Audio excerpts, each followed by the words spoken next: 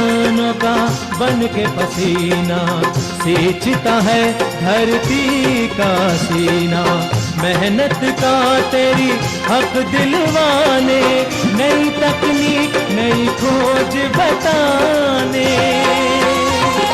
पशुधन को गुणवान बनाना, पौध सुरक्षा को सिखलाना, खेती के सब गुर समझाने, भारत का सरताज बनाने, हाथों पहरी है संग तुम्हारे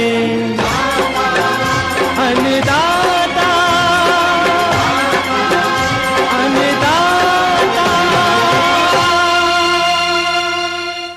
नमस्कार, मैं हूं अवंतिका श्रीवास्तव। आप सभी दर्शकों का अन्नदाता कार्यक्रम में स्वागत करती हूं।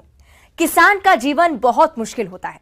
वो अपने खेतों में लंबे समय तक काम करते हैं, उसका ध्यान सदैव फसल में ही लगा रहता है, अपनी कड़ी मेहनत की ताकत पर अपना जीवन व्यतीत करते हैं।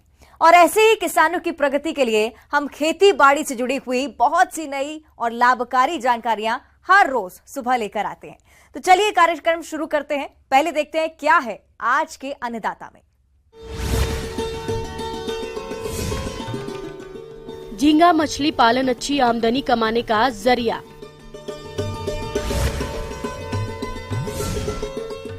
ककोड़ा खेती करके किसान कमा सकते हैं अच्छी आमदनी।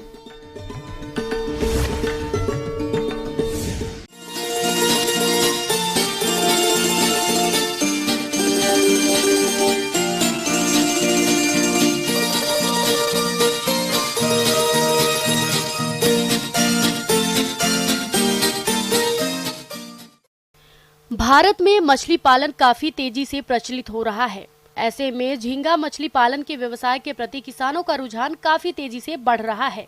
झींगा पालन को आमतौर तटीय क्षेत्रों में पालन सबसे बेहतर माना जाता है, लेकिन अब तकनीकी सहायता के चलते किसान खेतों में बनाए गए तालाबों में भी झींगा पालन कर सकते हैं। इस बारे में विस्तार से जानते हैं कृषि विज्ञान केंद्र मुजफ्फरपुर की मत्स्य विशेषज्ञ डॉक्टर इप्सिता विश्वास से।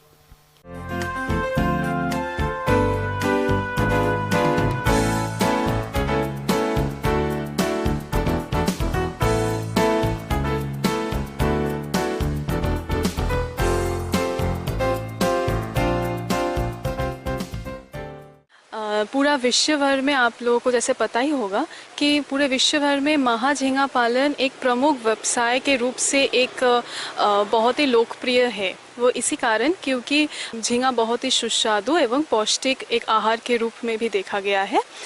इसका अगर जैव रासायनिक बात करें तो इसमें पाया जाता है लगभग 20 से 21% प्रोटीन। साथ ही साथ इसमें पाया जाता है कैल्शियम, सोडियम, आयरन, फिर पोटाशियम और फास्फोरस की मात्रा भी। साथ ही साथ प्रोटीन का मात्रा भी बहुत ज़्यादा है दूसरे मछली के अंतर में। महाझींगा एक पौष्टिक आहार के रूप में उपयोग में आने वाला जलीय प्राणी है। ये मछली की प्रजाति न होते हुए भी जल में रहने के कारण सामान्य बोलचाल में मछली ही समझा जाता है। महाझींगा का पालन अन्य मछलियों जैसी रेहू, कतला, मृगल के साथ किया जा सकता है। चूँकि महाझींगा नीचे स्तर पर रहने वाला प्राणी है, इसलिए इसके तालाब में कॉमन कॉर्प या मृगल का संचयन कम मात्रा में करना चाहिए। महाझींगा पालन के लिए किसान बीज को तमिलनाडु, आंध्र प्रदेश, महाराष्ट्र, पश्चिम बंगाल और उड़ीसा से मंगवा सकते हैं। इसके लिए मत्स्य पालक अपने प्रदेश मत्स्य विभाग या नजदीकी मत्स्य विभाग से संपर्क करें। और सिर्फ ये ध्यान रखिए कि जब आप उसको डाल रहे हैं मछली को, तो ये बस ध्यान रहे कि वो बहुत ही अच्छा बीज होना चाहिए। एक ही उसका समस्या है कि बीज उसका ज़्यादा उपलब्ध नहीं मिलता है। तो आपको पहले ध्यान रखना है कि आपका बीज का स्रोत कहाँ से आप ले रहे हैं।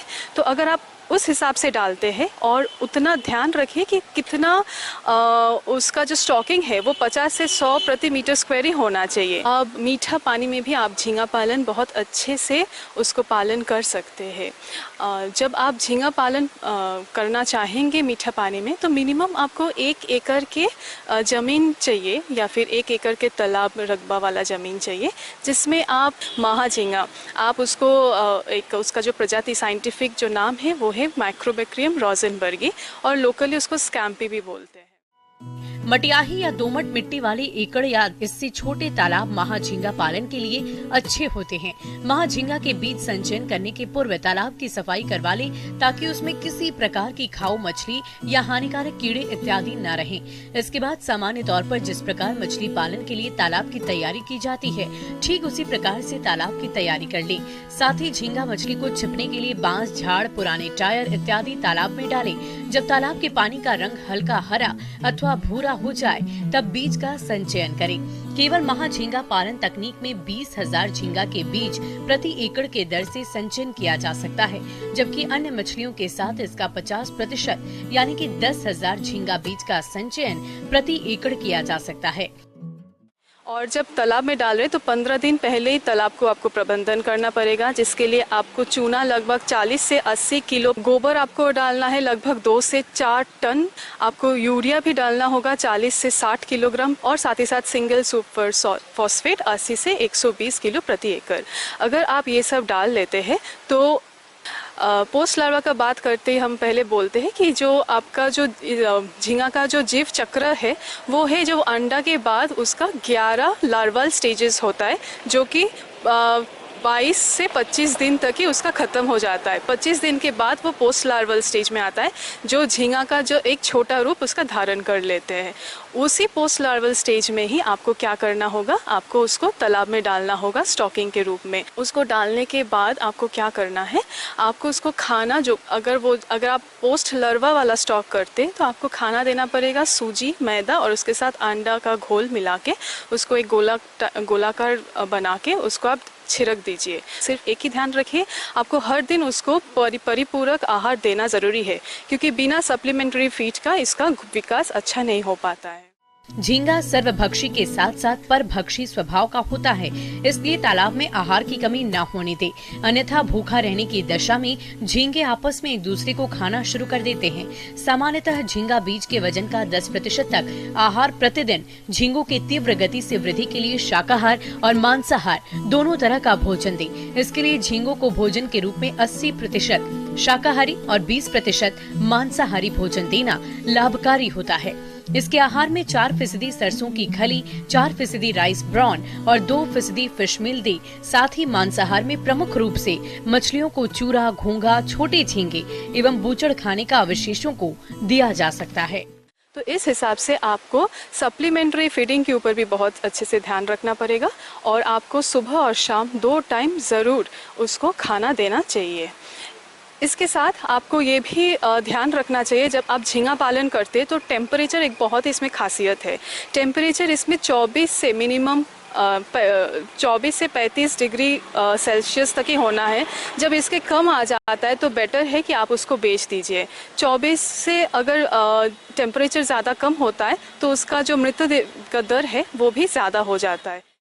झींगा की वृद्धि के जांच के लिए समय समय पर जाल चलाकर वृद्धि की जांच करें। ऐसे आहार का प्रयोग करें जो पानी में स्थिर रहे और जल को कम प्रदूषित करे। साथ ही जो झींगा 50 से 100 ग्राम के हो गए हैं उन्हें निकाल कर बेच दें, ताकि बचे हुए छोटे झींगों का विकास किया जा सके।